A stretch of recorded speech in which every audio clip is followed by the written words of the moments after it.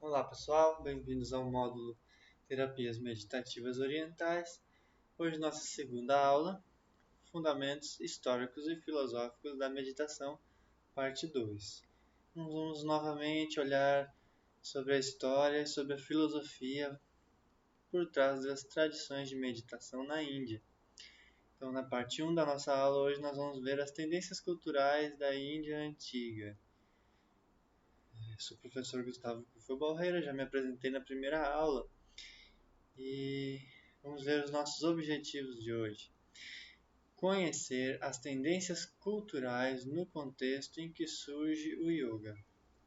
Refletir sobre o desenvolvimento do yoga e a relação com a meditação. Analisar um texto indiano sobre meditação de aproximadamente 3.000 anos atrás, a Katha Upanishad. Inicialmente já vou falar um pouco sobre as tendências culturais, né? Você veja que a cultura na Índia antiga era muito diferente da cultura em que nós vivemos hoje no capitalismo. Podemos dizer assim que, em linhas gerais, nossa cultura aqui hoje ela é muito mais materialista, no sentido de que a gente encontra os valores do que é bom, do que é belo, do que é justo, e também assim as direções de como ser uma pessoa feliz, o que nos faz feliz.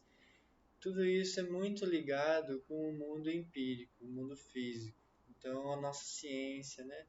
Parece que se eu não estou produzindo algo, um objeto, um produto, alguma coisa efetivamente material, eu estou perdendo tempo, né? Eu não estou produzindo dinheiro, não estou produzindo algo que eu possa negociar, que eu possa ter isso efetivamente diante de mim. Enquanto nas tradições antigas nós temos um paradigma um pouco mais espiritual, né? Então a gente pode ver assim a felicidade vindo das virtudes, a felicidade vem de uma virtude como a paciência, como a abnegação, a capacidade de eu viver sem precisar das coisas materiais, de ter compaixão. Claro, isso nós temos isso tudo hoje em dia, dos dois lados, mas impera o materialismo, né? Claro que isso, o materialismo também já era uma questão na Índia antiga e por isso mesmo que essas filosofias surgem, né? A gente vai ver essas duas visões sendo contrapostas. Mas a gente nota também que assim, a sociedade indiana daquela época, acho que até hoje, ela apoia esses renunciantes, esses praticantes de meditação, essas pessoas que se dedicam a um trabalho espiritual, eles apoiam essas pessoas, né, com comida, com os artigos para sua subsistência. E, em contrapartida, essas pessoas eles também apoiam a sociedade na medida que eles dão orientação, eles dão amparo psicológico, digamos assim, né? Dão amparo espiritual e ajudam essas civilizações a encontrar o que eles precisam, né, nesse campo da psicologia, da espiritualidade. Sobre o desenvolvimento do yoga em relação com a meditação, nós vamos ver que a primeira palavra que se usa para falar de meditação é yoga. A primeira palavra usada, né, lá na antiguidade da Índia. Então nós vamos ver que o desenvolvimento disso que nós chamamos de yoga está diretamente ligado com isso que a gente entende por meditação. Então a gente não tem como entender uma coisa sem entender a outra. E vamos seguir. Então, as tendências culturais. A primeira tendência cultural que eu trago é o tapas. Então, tapas pode ser traduzido como ascetismo, sacrifício, ou também como esforço. O tapas não é uma coisa assim que tu possa dizer assim, era assim, exatamente assim. Aquilo é uma tendência cultural, então aquilo está diluído, aquilo se expressa de várias formas na cultura antiga. Então vamos ver o texto aqui. ascetismo, sacrifício. Designa qualquer moral fundada na autodisciplina e no desprezo ao corpo, tendo por objetivo o triunfo do espírito sobre as paixões.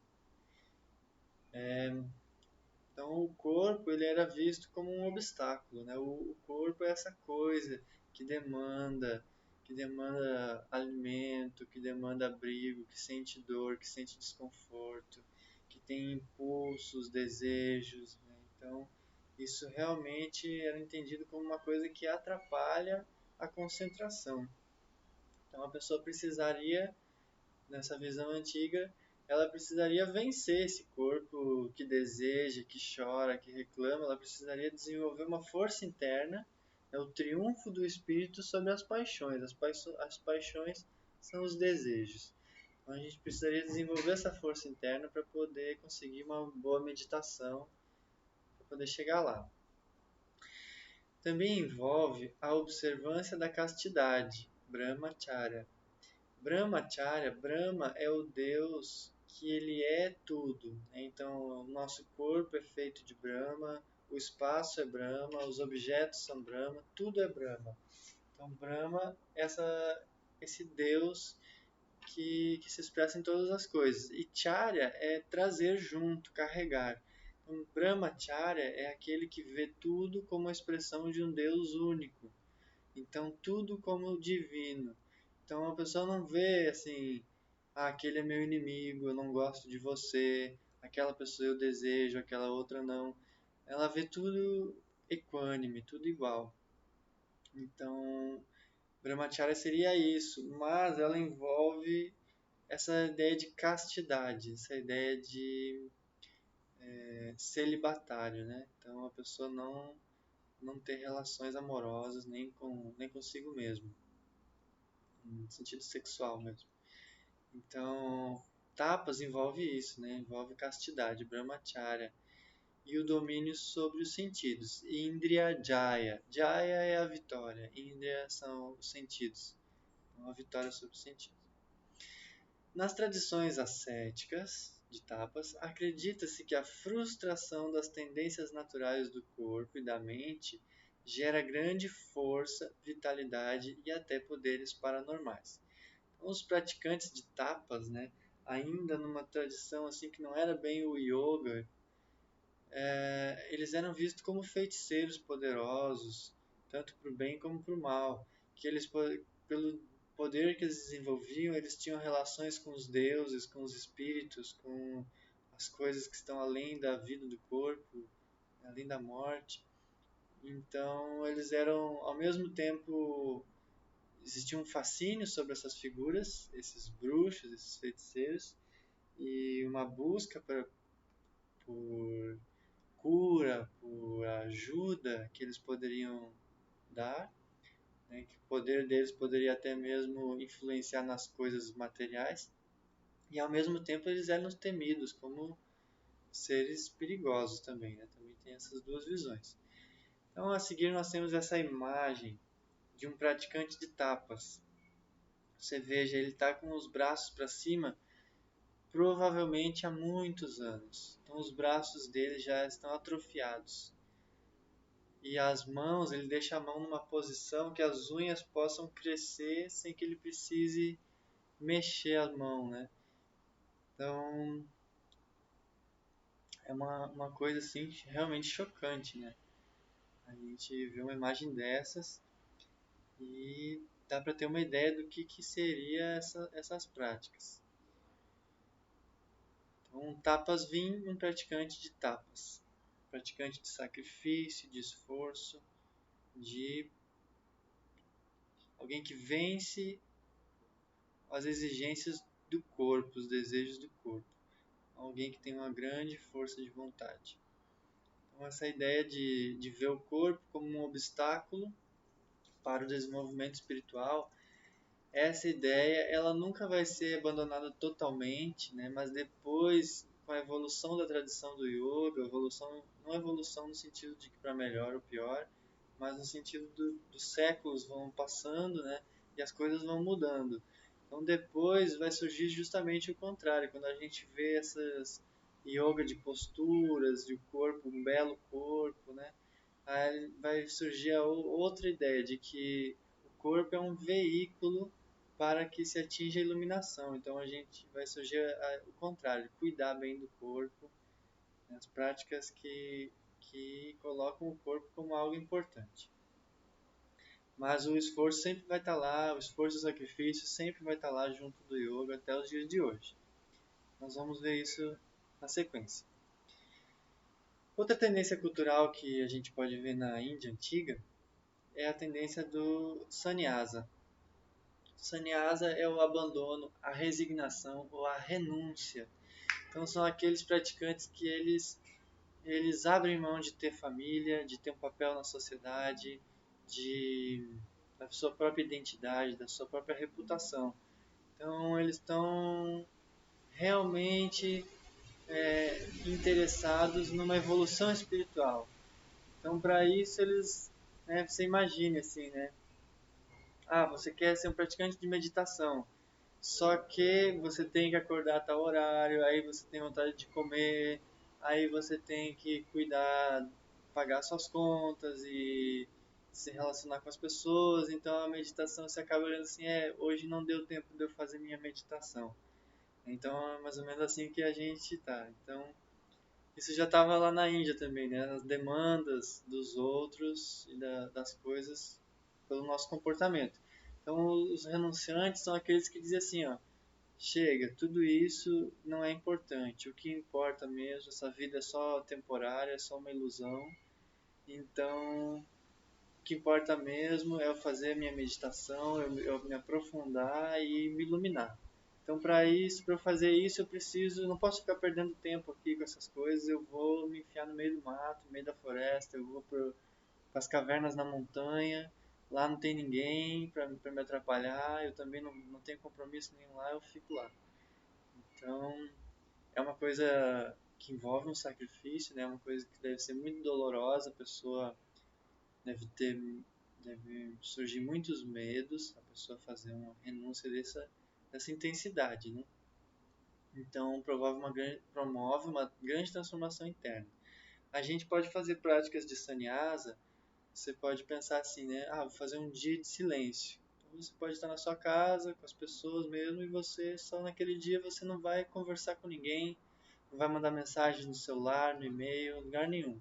Você vai ficar totalmente, não vai olhar a sua agenda, não vai trabalhar, né? Vai meditar, descansar, fazer silêncio, talvez jejum, né? Jejum é uma prática utilizada até hoje. Os cientistas estão estudando sobre o jejum, né? Teve até prêmios aí recentes sobre pesquisas científicas que provam a eficácia do jejum nos cuidados da saúde. Então, são renúncias que ajudam a gente a perceber os nossos impulsos, o quanto os nossos impulsos nos dominam, o quanto eles dominam toda a organização do nosso dia a dia. Então, mas o sannyasa na antiguidade era uma coisa extremamente dura e severa, né? Uma renúncia intensa mesmo. Então, essas duas tendências, o sannyasa, a renúncia, e o sacrifício, o esforço, tapas, eles são tendências que estão diluídas na cultura, elas vão aparecer em várias expressões culturais, inclusive dentro do yoga. O yoga é uma outra tendência, mas que ele engendra essas duas tendências. Nós vamos ver que isso está dentro do yoga. E aí nós chegamos no yoga, né? Primeiramente uma definição da palavra. O termo yoga, ele quer dizer, ele vem da raiz yuj, né? Ligar, manter unido, atrelar, jungir. Então era usado também essa palavra para designar aquela canga que coloca dois bois juntos, né? Que vem uma coisa de madeira que pega no pescoço do boi, coloca dois bois juntos e eles puxam o arado para a terra. Então, era uma palavra da cultura já, que foi sendo utilizada para falar sobre práticas espirituais. Então, o yoga já está lá nos Vedas, né, que são os textos ainda muito antigos da Índia, mas eles começam a ser usado, começa a se usar a palavra yoga para falar sobre o que a gente entende de yoga hoje em dia, lá nos Upanishads que a gente vai ver a seguir. Então, o vocábulo serve para designar praticamente qualquer técnica de ascese ou método de meditação. Existe o yoga clássico exposto por Patanjali no famoso texto Yoga Sutra, e existem outras numerosas formas de yoga populares e assistemáticos. A gente tem o yoga clássico escrito lá em 200 a.C., que é quando Patanjali, esse grande sábio, ele sistematiza essa tendência cultural e ele vai dizer assim, bom, aqui está a essência do yoga.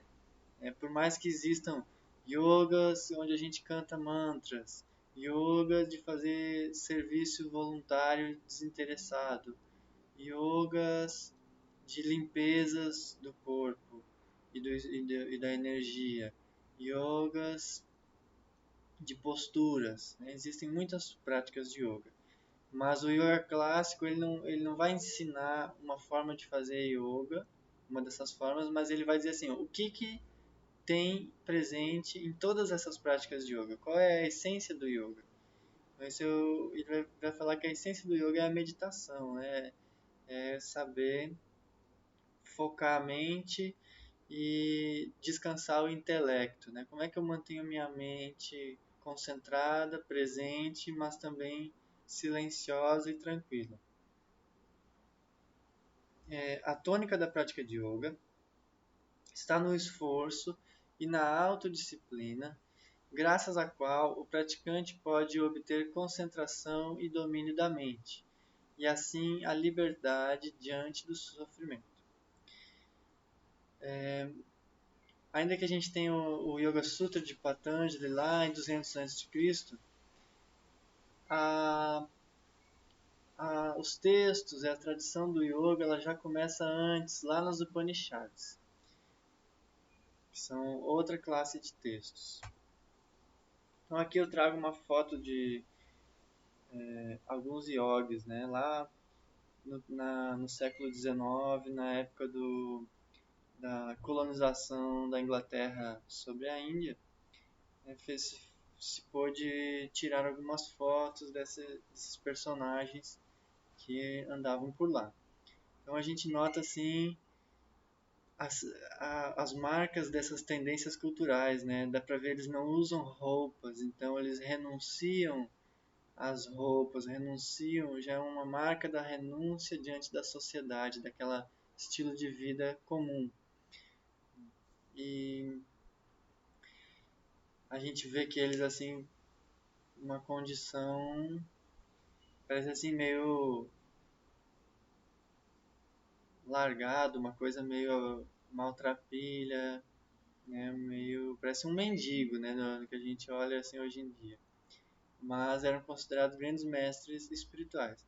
Ao mesmo tempo, durante a colonização da Inglaterra e antes também, teve momentos da história em que os yogis eles eram mal vistos, né? Eles eram vistos assim, isso não é o yoga clássico, isso aí que vocês fazem não é válido, né?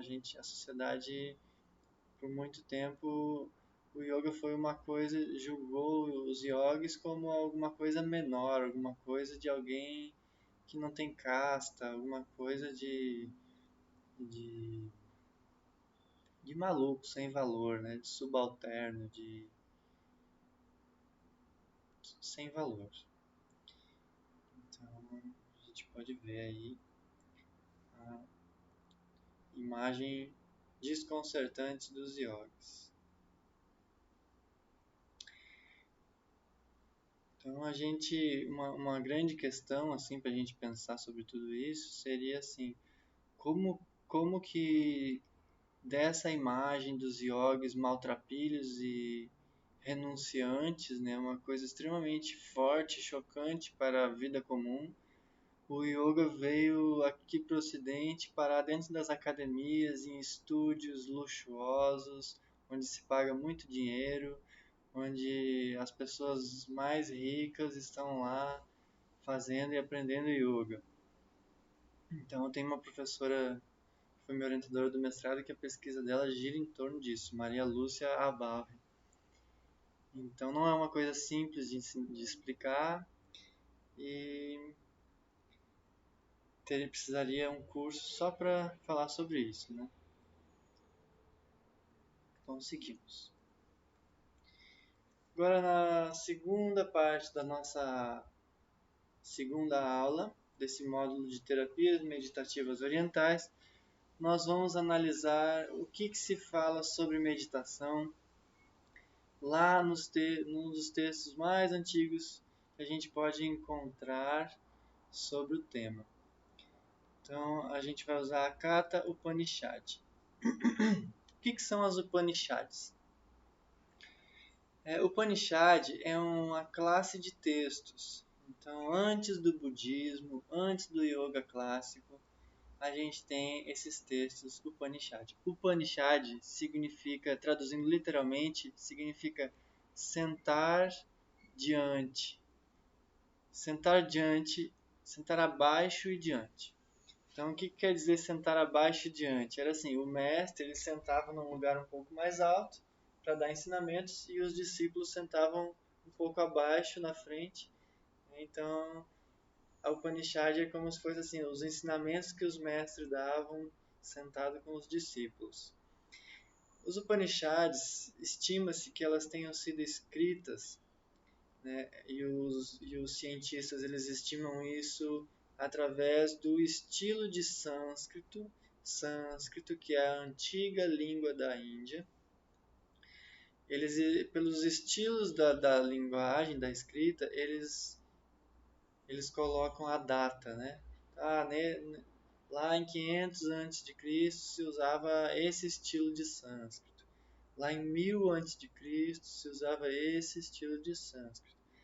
Então, são conhecidas mais ou menos 108 textos de Upanishads, sendo que se considera mais ou menos uns 20 desses textos como muito importantes. Os textos da Upanishad, eles estão escritos no período desde 1000 a.C.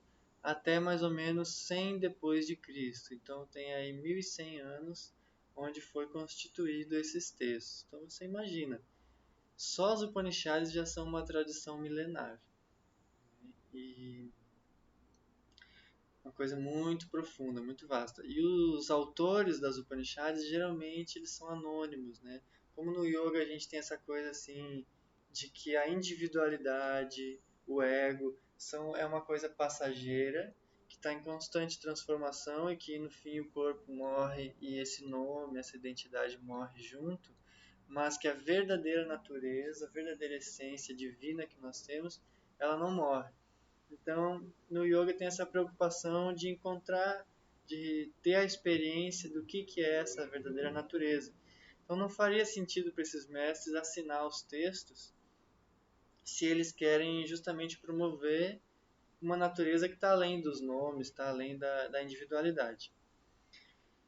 Essa Upanishad, ela estima-se que ela tenha sido escrita no ano de 700 a.C., a Katha Upanishad. Então, na primeira imagem aqui nós temos Yama e Nachiketas. Yama é o deus da morte, mas ele não tem aquela figura que a morte tem aqui na nossa cultura ocidental, como a morte como um ser terrível, uma caveira que vem com uma foice cortar sua cabeça, levar sua vida. Ele é um deus ali, onde uma criança, por acidente, ela acaba aparecendo lá no mundo onde existe esse deus. Ele chega na casa desse deus Yama e este deus não está em casa. Então Nachiketas fica um longo período esperando até que Yama retorna de algum lugar onde ele estava e ele se sente constrangido por ter deixado o menino ali esperando e ele se dispõe ali a realizar alguns desejos e explicar algumas coisas, algumas dúvidas que esse menino tem, esse menino humano. Então, nesse diálogo eles vão falar sobre a meditação. Essa outra figura, a figura imagem número 4, nós temos uma capa aqui, uma capa de uma edição da Katha Upanishad em inglês, Mas é muito interessante essa capa porque ela tem uma ilustração que no texto eles falam, né? No texto se compara a meditação com uma carruagem, né? Então eles dizem assim, os cavalos da carruagem, eles são os desejos, os impulsos que nós temos. Então a gente tem preguiça, né? A gente tem fome, a gente tem desejo sexual, a gente tem desejo por objetos materiais, a gente tem vários tipos de desejo. Então, isso seriam os cavalos, porque o cavalo é um animal muito forte. Se você já esteve perto de um cavalo, você sabe que dá até um medo, assim, né? O cavalo é muito forte, muito grande. Então aquilo puxa com uma força irresistível, né? Então o corpo é visto como uma carroça, como uma carruagem. É uma coisa de madeira, é uma coisa inanimada quase, né? É uma coisa que se acaba com o tempo. Então a essência do ser não pode ser aquilo ali, né? Aquele corpo material. E no interior da carroça, então, tem o observador. Tem aquela verdadeira natureza que não muda com o tempo, que é constante, né? Mesmo depois que a carroça acaba, que o corpo acaba, essa natureza divina está lá observando e tendo a experiência, é onde a experiência realmente acontece. Então essa é uma imagem que ilustra a visão da, da meditação já na Katha Upanishad. Então, né, o trabalho aqui é descrito no texto como segurar firme as rédeas dos sentidos, né? Você dar direção e controlar os desejos e os sentidos e dar a direção correta aí desse caminhar. Então vamos ver. Na Katha Upanishad se coloca como objetivo da meditação o vislumbre do Atman. Então, o objetivo da meditação não é assim eu ser produtivo, eu gerar lucro, eu alguma coisa assim, né? Que tenha uma expectativa no mundo material. Não. A expectativa é vislumbrar o Atman. O que é o Atman? O Atman é a alma, é o espírito, é a nossa verdadeira natureza divina, como é descrito no yoga. Então, é a pessoa ter uma experiência disso. Que se pode traduzir como alma ou elemento que contém a essência do ser e que perdura após a morte do corpo. A Katha Upanishad destaca que o caminho da meditação é oposto ao dos prazeres dos sentidos. Então, se a gente sucumbir aos desejos e os prazeres, né, a gente não consegue fazer nossa meditação. A gente está lá meditando e, não, isso aqui está chato, isso aqui está desconfortável. É melhor eu fazer outra coisa. E apresenta a importância da meditação enquanto uma prática vivencial, não linguística, que não pode ser obtida pelo raciocínio, pelo estudo ou pela inteligência, mas apenas através da concentração da sua mente no ser interno. Então, né, se fosse possível a gente fazer isso de uma forma linguística, no diálogo, a gente diria, né? Eu diria, ó, gente, o Atman é isso, ó. E pronto, né? Todo mundo já estaria iluminado, não precisava de meditação. Mas justamente o contrário, ele vem aqui afirmar com toda a força a importância da meditação. Ele vai dizer, olha, não adianta, você pode estudar quanto você quiser, você não vai atingir iluminação estudando, pensando, raciocinando, pela inteligência, não é isso. Isso é uma coisa vivencial, você só vai conseguir meditando. Então, essa é a mensagem que está lá na Katha Upanishad. Então, isso já é também uma crítica à antiga tradição dos Vedas. Né? Os Vedas são muito, muito antigos na Índia e aquilo era uma cultura transmitida, né, na época não se tinha ainda, era muito difícil você ter papel, você saber escrever, você ser alfabetizado. Então aquilo era uma tradição oral. Então os Vedas eles eram todos escritos em versos que rimam, né? E aquilo era transmitido desde criança, a criancinha já começava a ter que memorizar esses versos e saber repetir todos os dias, tem que repetir os Vedas. Então aquilo era uma coisa muito racional.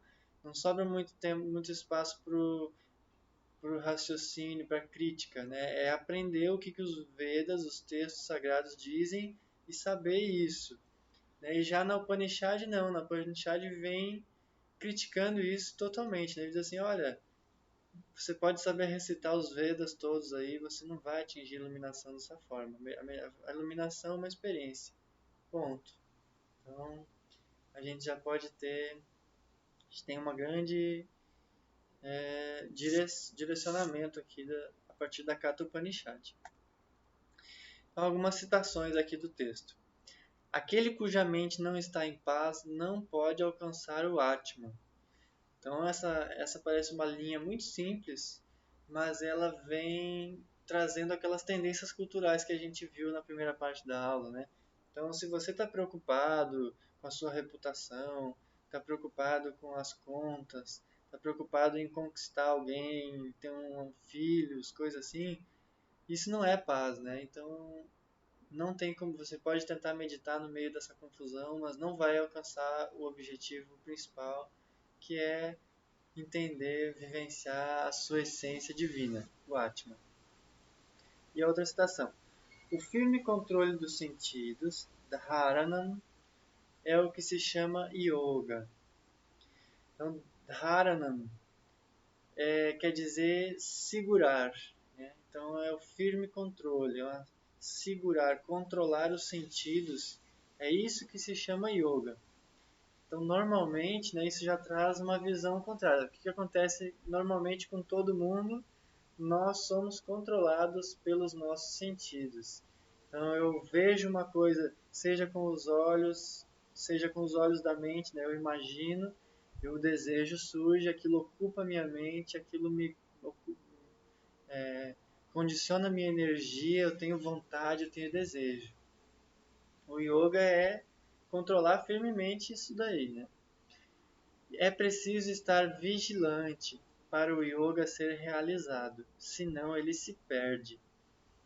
Então, aqui é muito importante essa linha também, né? Ela vem dizer assim, olha, não adianta você meditar 1 hora hoje e depois não meditar mais, né? Aí o yoga se perde. Não adianta você ver o Atman uma vez e depois você voltar para sua vida, ir para balada, viver controlado pelo relógio, pelo calendário, com as suas preocupações.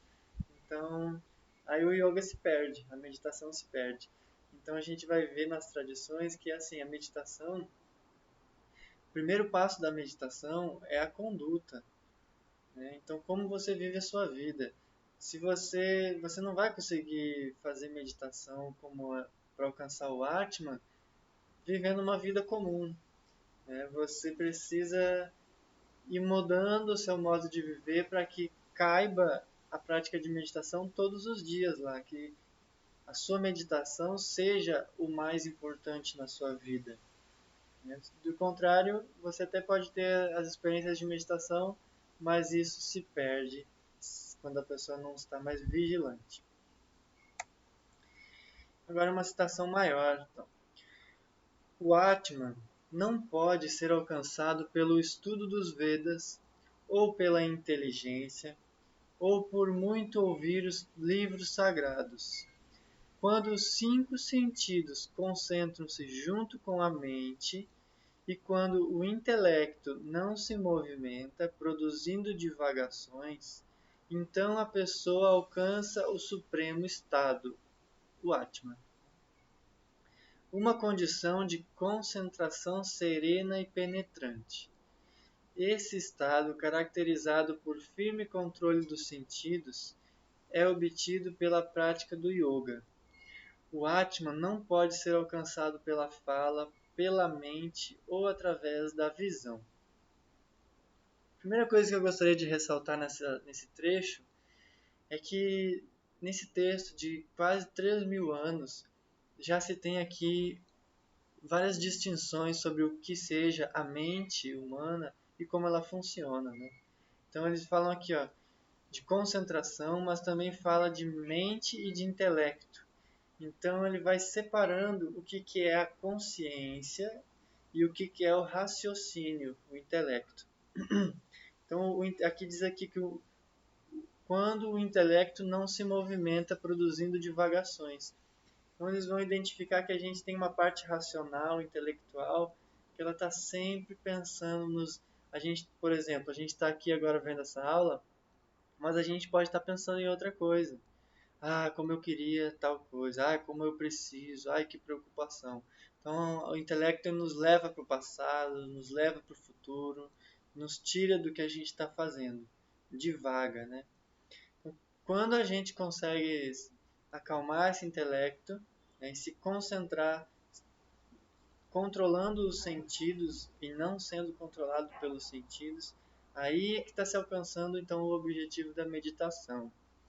E isso não vai ser uma coisa assim dura, né? A pessoa não vai estar lá rígida, controlando os sentidos pela força, né? Segurando eles amarrados. Não. Diz assim, olha, é uma condição de concentração serena e penetrante. Então é serena, né? Aquilo é relaxado. Então podemos dizer que essa é uma definição de iluminação. É uma condição de concentração serena e penetrante. Então, que é obtido pela prática do yoga. Aqui a gente tem imagens dos rishis, né, que são ilustrações modernas sobre o que seriam esses sábios, como seriam esses sábios que escreveram as Upanishads. A gente tem uma imagem que mostra bem esse nome Upanishad, que é sentar diante, logo abaixo. A gente vê o mestre sentado num lugar mais elevado, falando para um discípulo que está sentado um pouco abaixo. Então esse era o hábito que podia se denominar como Upanishad e que deu nome aos textos. Esses mestres, como a gente já disse, eles eram anônimos, né?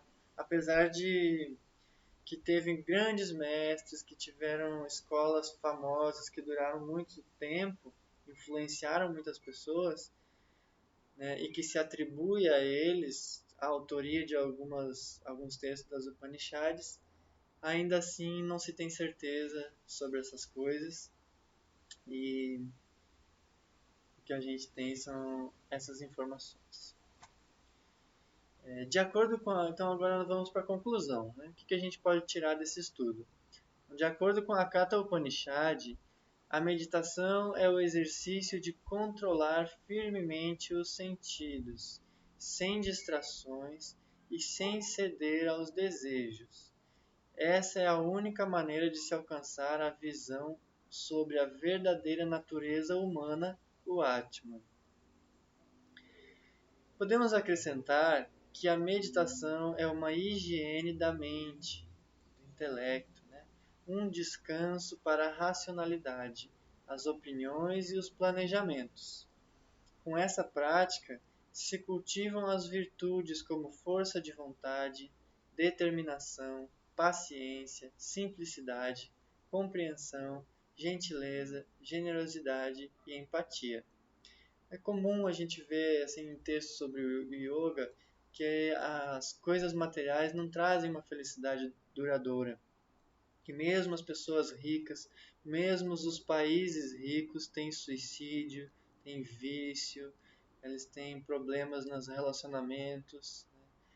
Então, mesmo a pessoa tendo todas as condições financeiras e materiais, às vezes ela não é feliz. Mas por outro lado, a felicidade ela vem quando a pessoa tem força de vontade, né? Quem de nós nunca sentiu assim, ah, eu quero começar a correr, eu quero começar um esporte, eu quero estudar mais, eu quero me alimentar diferente, eu não quero mais comer tal coisa. Mas aí o tempo passa, aquela nossa motivação dura ali uma semana, um mês, e quando vê a gente está de novo do jeito que a gente não queria, ou até pior, né? Então, nossa força de vontade, ela não corresponde ao nosso do jeito como a gente queria ser às vezes, né? Então, toda essa meditação, essa preparação para a meditação e essa prática de yoga vão gerar essa força de vontade. Então, isto sim vai trazer uma felicidade duradoura na visão do yoga. Paciência, né? que adianta a pessoa ter um carro muito bom se ela entra no trânsito ela fica estressada, né? Então, se a pessoa tem paciência, ela consegue atravessar os momentos mais difíceis sem perder a sua alegria, sem perder sua felicidade, né? Assim é com a simplicidade, com a gentileza, generosidade, né? Então, quem consegue ser generoso, mesmo se a pessoa é uma pessoa simples, ela tem poucas coisas, se ela consegue ser generosa, então ela se sente rica, então ela é feliz, né? Ela consegue se preocupar com o bem-estar dos outros, né?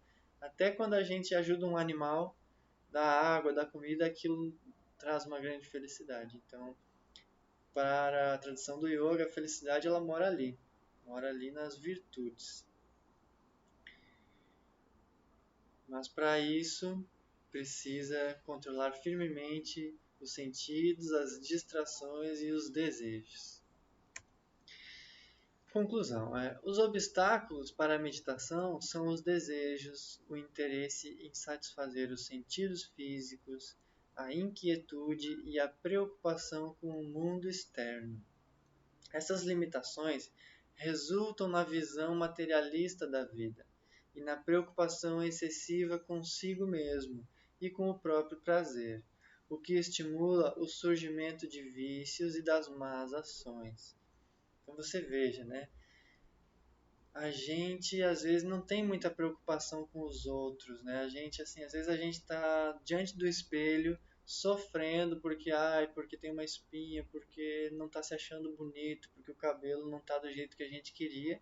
A pessoa fica assim passando mal por causa disso, quando os nossos mares eles estão cheios de plástico, tem a pesca super agressiva acontecendo nos oceanos, o que afeta toda a produção de oxigênio do planeta Terra. A gente tem pobreza e fome, exploração dos seres humanos em todo o planeta. A gente tem essa desigualdade, essa violência. A gente tem grandes problemas afetando toda a humanidade, os animais e o próprio meio ambiente, a saúde do nosso próprio planeta. Mas de repente a gente está diante do espelho preocupado com a gente mesmo, né? Uma coisa que às vezes a gente vai chegar diante das pessoas e elas não vão nem ligar, elas não vão nem ver aquilo que a gente estava vendo no espelho, é porque justamente está cada um tão preocupado consigo mesmo que não consegue olhar em volta. Então o yoga ele evidencia isso, né? Isso dá origem aos vícios e às más ações, né? Mas são esse egocentrismo, essa preocupação excessiva consigo mesmo, ela vai totalmente contra o yoga. Não quer dizer que os meditantes eles não vão cuidar de si. Né? Eles vão cuidar de si, da sua saúde, da sua mente, porque para cuidar dos outros é preciso estar bem. Então, não é não cuidar de si, mas é tá mais preocupado, né, com o todo do que apenas consigo mesmo. Então aqui nós temos as referências bibliográficas das imagens que a gente utilizou e aqui das citações dos textos. Na próxima aula nós vamos falar sobre o Yoga Sutra de Patanjali. Até lá, pessoal!